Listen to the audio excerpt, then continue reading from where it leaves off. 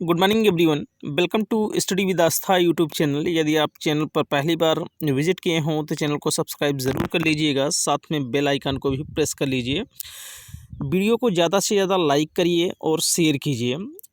आप देख रहे हैं आज के समाचार पत्रों की इम्पोर्टेंट न्यूज़। आइए आज 27 अप्रैल के समाचार पत्रों पर डालते हैं एक नज़र।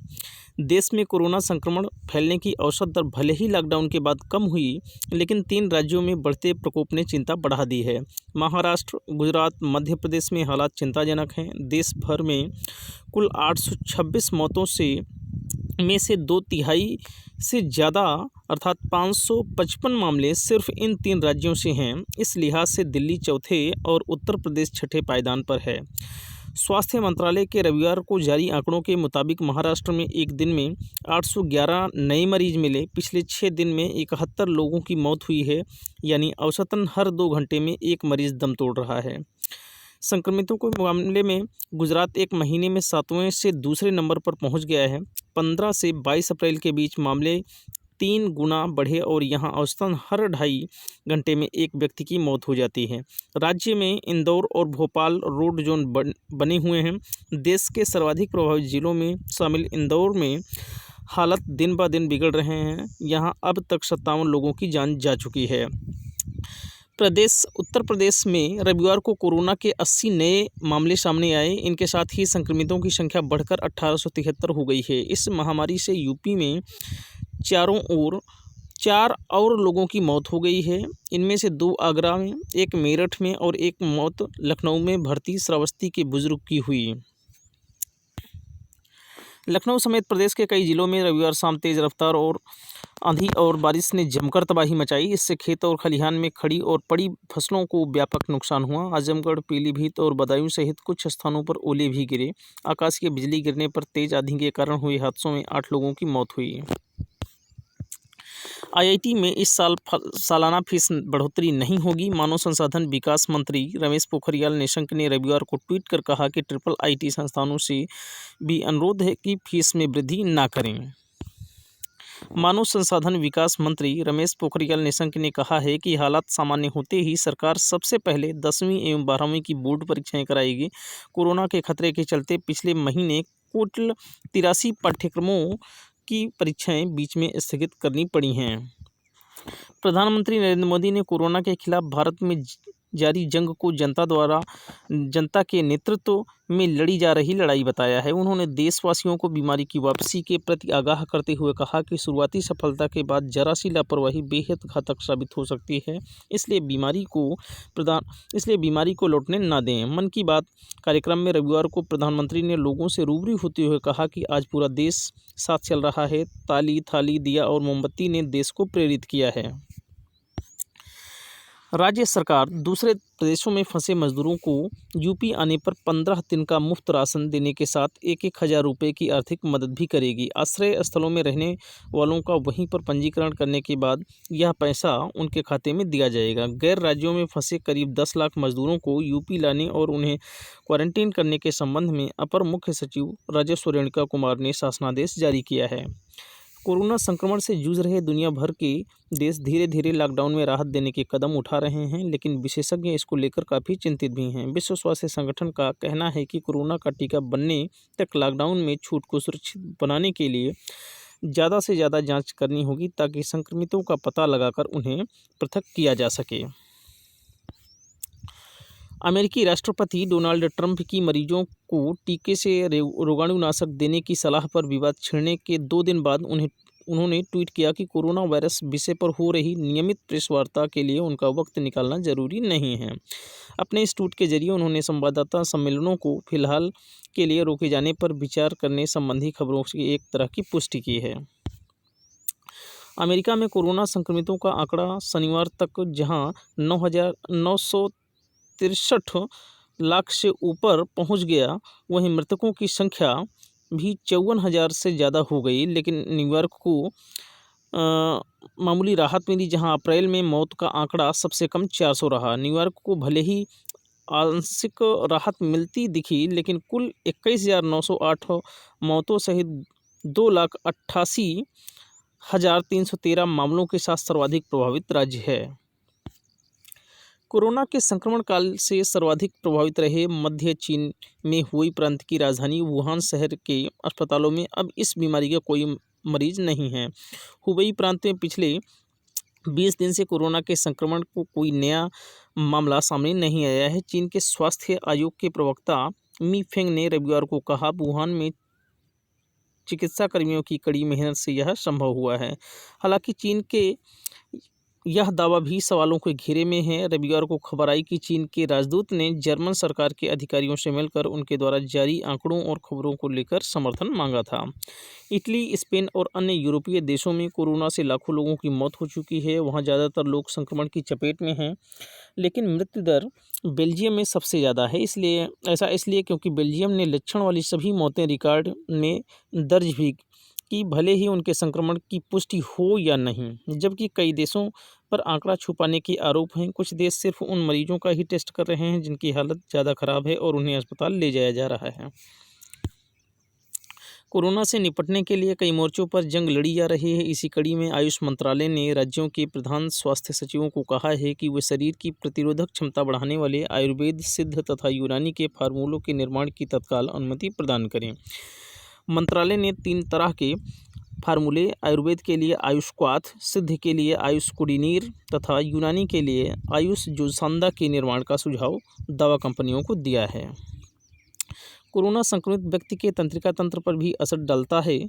इससे उसकी गंध और स्वाद पहचानने की क्षमता समाप्त हो जाती है। भारतीय प्रौद्योगिकी संस्थान IIT जोधपुर के शोध में यह बात सामने आई है। मुख्य शोधकर्ता और IIT जोधपुर के वैज्ञानिक डॉक्टर सुरजीत घोष और उनकी टीम ने अपनी रिपोर्ट में बताया कि कोरोना वायरस शरीर में मौजूद एंजाइम HACE2 से होकर शरीर में पहुंचता है। यह एंजाइम लगभग सभी मानव अंगों में पाया जाता है। नाक और मुंह के रास्ते HSCE2 के संपर्क में आने के बाद वायरस दिमाग के अगले हिस्से में स्थित ओल्फैक्टरी बल्ब तक पहुंच जाता है। उत्तर कोरिया के तानाशाह किम जोंग उन की सेहत को लेकर अटकलों का दौर जारी है। इसी बीच सैटेलाइट तस्वीर सामने आई है जिनमें संभवतः नॉर्थ कोरिया के तानाशाह की एक ट्रेन देश के पूर्वी किनारे पर उनके परिसर में खड़ी दिख रही है। ये ट्रेन पिछले हफ्ते से यहाँ खड़ी दिखाई दी। किम के लंबे समय से जनता के बीच न दिखाई देने के कारण उनके स्वास्थ्य को लेकर तमाम तरह की अटकलें लगाई जा रही हैं। दरअसल उत्तर कोरिया से संबंधित मामलों पर अध्ययन करने वाली वेबसाइट 38 नॉर्थ ने उपग्रह से ली गई इन तस्वीरों को जारी किया है।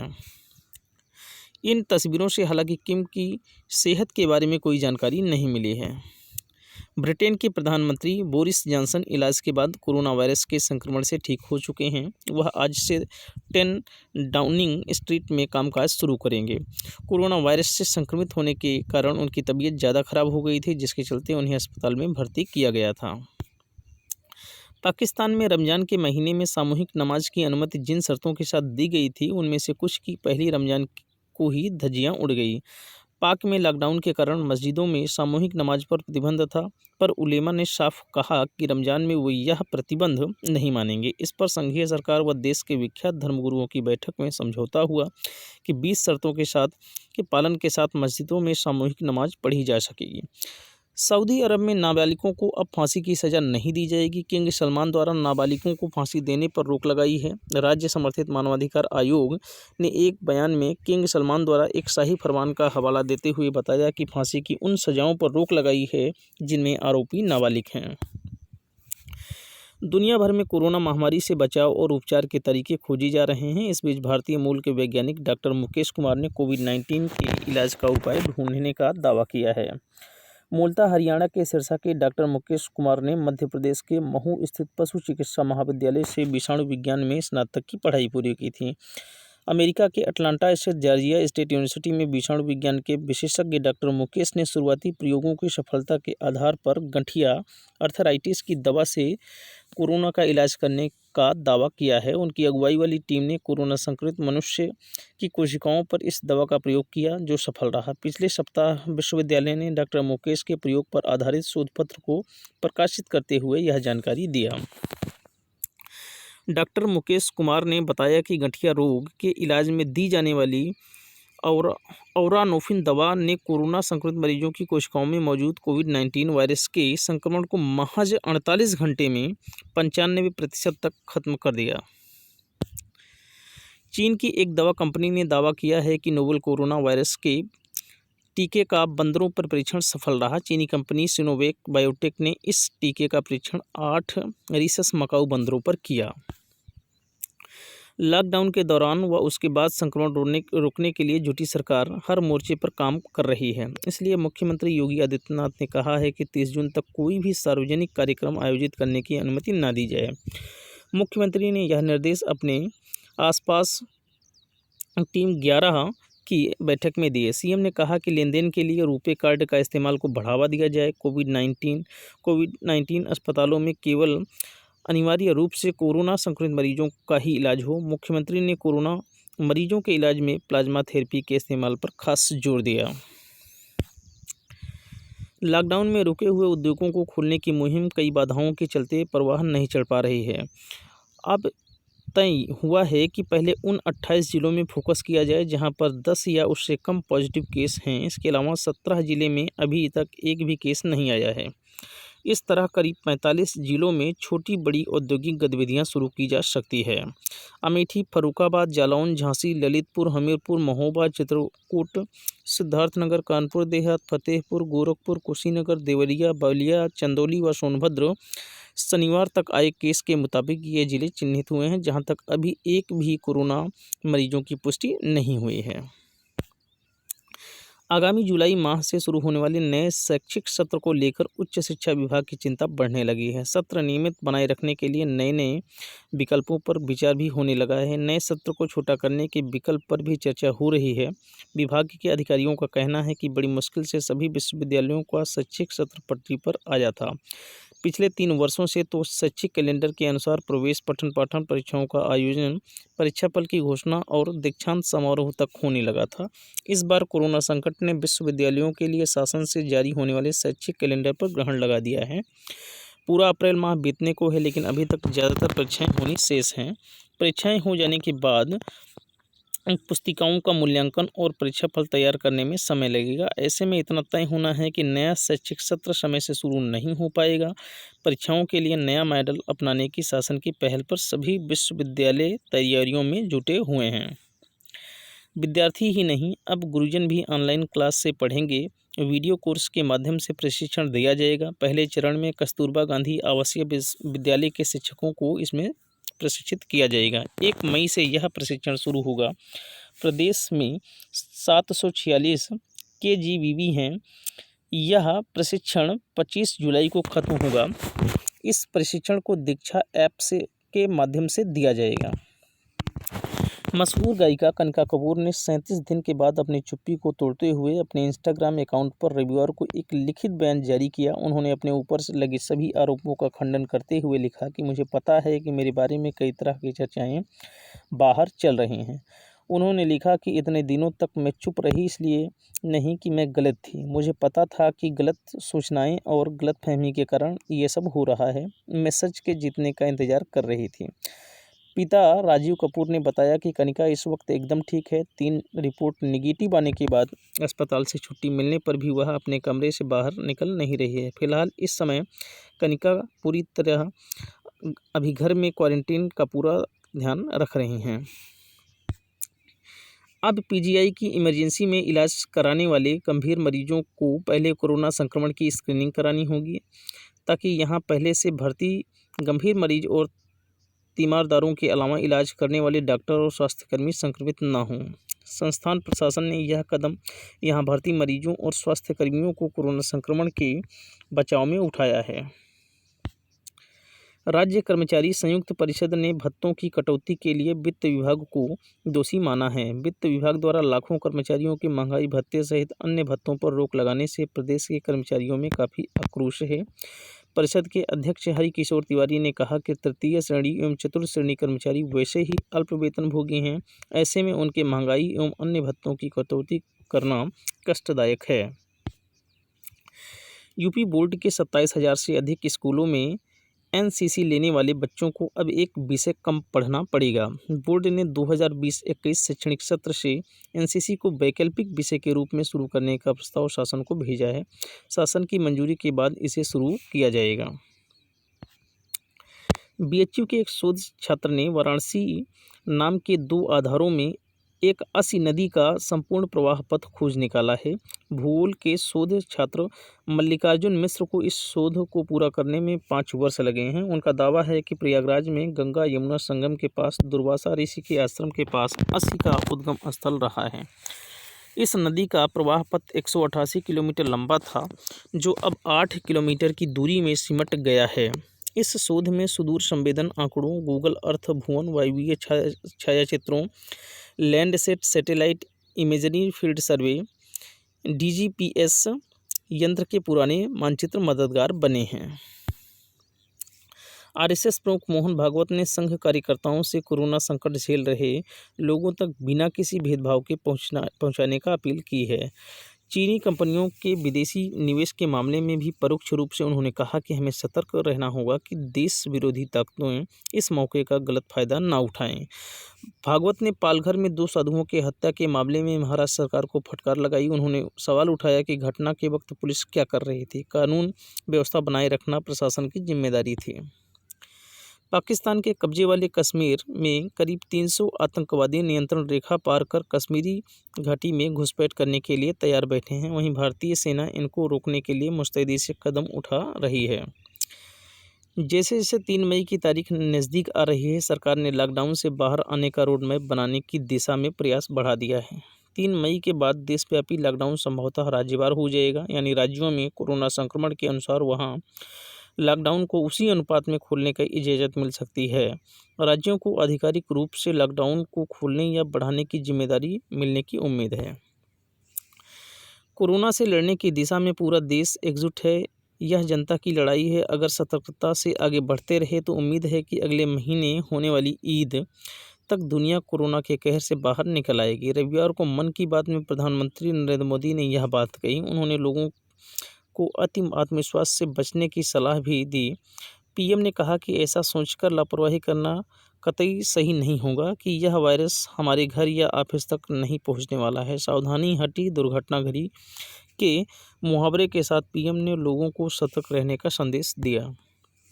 कोरोना से संक्रमित मरीजों के इलाज की नई उम्मीद जगी है। चिकित्सा शिक्षा एवं अनुसंधान स्नातकोत्तर संस्थान में कुष्ठ रोग में दी जाने वाली MW वैक्सीन का कोरोना पॉजिटिव मरीजों पर परीक्षण किया गया है। 4 मरीजों को लगातार 3 दिन तक यह वैक्सीन दी गई, जिसके बेहतर परिणाम आए। उनके स्वास्थ्य में काफ़ी सुधार है। अब जबकि केंद्र सरकार ने देश में कोरोना वायरस से लड़ने की अच्छी खासी क्षमता विकसित कर ली है, तो विदेश में फंसे भारतीयों को भी स्वदेश लाने की तैयारी शुरू हो गई। विदेश मंत्रालय कई देशों से अपने नागरिकों को भारत लाने के लिए बड़े कदम उठा रही है। खाड़ी देशों में फंसे भारतीय मिशन समेत दक्षिण पूर्वी क्षेत्र, यूरोपीय संघ से कई देशों के मिशन इस क्षेत्र में जुटे हुए हैं। भारत में कोरोना के बढ़ते खतरे के बीच राहत बड़ी खबर है। सिंगापुर की university of technology and design के शोधकर्ताओं ने दावा किया है कि 21 मई तक भारत में कोरोना का संक्रमण 97% तक खत्म हो जाएगा। शोधकर्ताओं ने भी सिर्फ भारत ही नहीं, दुनिया के 131 देशों के आंकड़ों का विश्लेषण करने के बाद यह निष्कर्ष निकाला है। उनका मानना है कि दुनिया भर में कोरोना वायरस 29 मई तक 97% कम हो जाएगा, लेकिन 100% खत्म होने में इसे 8 दिसंबर तक का समय लगेगा। विशेषज्ञों ने इस निष्कर्ष पर पहुंचने के लिए acceptable infected recovered epidemic model की मदद ली। यह भविष्यवाणी लुओ जियांग्शी 2020 की थ्योरी और कार्यप्रणाली पर आधारित है। कोरोना संक्रमण दर में कमी आने के सरकारी दावों के बावजूद नए रोगियों की संख्या में लगातार इजाफा हो रहा है। बीते 24 घंटों में कोरोना के रिकॉर्ड 1975 नए मामले दर्ज किए गए हैं। यह बढ़ोतरी अब तक की सर्वाधिक है। इससे पूर्व 24 अप्रैल को 1752 की सर्वाधिक बढ़ोतरी हुई थी। वहीं 47 और लोगों की मौत के साथ मृतकों का आंकड़ा 826 तक पहुंच गया है। कोरोना वायरस की महामारी से ग्रस्त मरीजों के उपचार को लेकर शुरुआती दौर में भी जो दवाएं, पद्धति या तरीकों को अपनाने की होड़ मची है, वे सभी एक एक कर नाकाम होती दिख रहे हैं। ऐसे में अब सारी आशा कोरोना वायरस के टीका बनाने की तैयारियों पर टिक गई हैं। वहीं शोधकर्ताओं ने वायरस को लेकर चेतावनी दी है कि जब तक टीका विकसित नहीं होगा तब तक दुनिया पुरानी सामान्य स्थिति में लौट नहीं सकेगी। तबलीगी जमात प्रमुख मौलाना साद के वकील ने रविवार को साद की कोरोना रिपोर्ट नेगेटिव आने का दावा किया है। हालांकि क्राइम ब्रांच का कहना है कि उनके लिए सरकारी रिपोर्ट ही मान्य होगी। दरअसल दिल्ली पुलिस की क्राइम ब्रांच ने साद को नोटिस भेजकर टेस्ट रिपोर्ट सौंपने को कहा था, लेकिन साद ने खुद को सेल्फ क्वारंटाइन करने का दावा किया था। दिल्ली में लॉकडाउन फिलहाल वर्तमान की तरह जारी ही रहेगा। केंद्र के हिसाब से जो राहतें दी गई हैं वो चलती रहेंगी। इसके अलावा 3 मई तक कोई बदलाव नहीं होगा। मुख्यमंत्री अरविंद केजरीवाल ने रविवार को यह भी स्पष्ट कर दिया कि 3 मई को बदलाव केंद्र के फैसले के बाद ही होगा। दिल्ली के हालात पर निर्भर करेगा कि यह लॉकडाउन आगे बढ़ाया जाए या नहीं।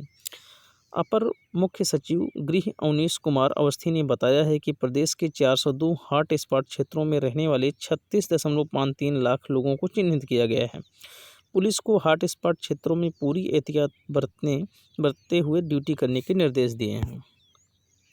कोरोना के चलते दुनिया भर में विमानन कंपनियां अभूतपूर्व संकट का सामना कर रही हैं। दुनिया के सबसे सफल उद्योगपतियों में से एक रिचर्ड ब्रेंसन की वर्जिन अटलांटिस एयरलाइन बिकने के कगार पर है। कोरोना की मार से पस्त अर्थव्यवस्था में उन्हें खरीदार भी नहीं मिल रहे हैं। यदि सेशन पसंद आया हो तो लाइक ज़रूर कीजिएगा, साथ में चैनल को सब्सक्राइब ज़रूर कीजिएगा, ज़्यादा से ज़्यादा कमेंट कीजिए ताकि हमारा मनोबल भी बढ़ता रहे। तो थैंक यू सो मच, शुक्रिया, हैव ए नाइस डे।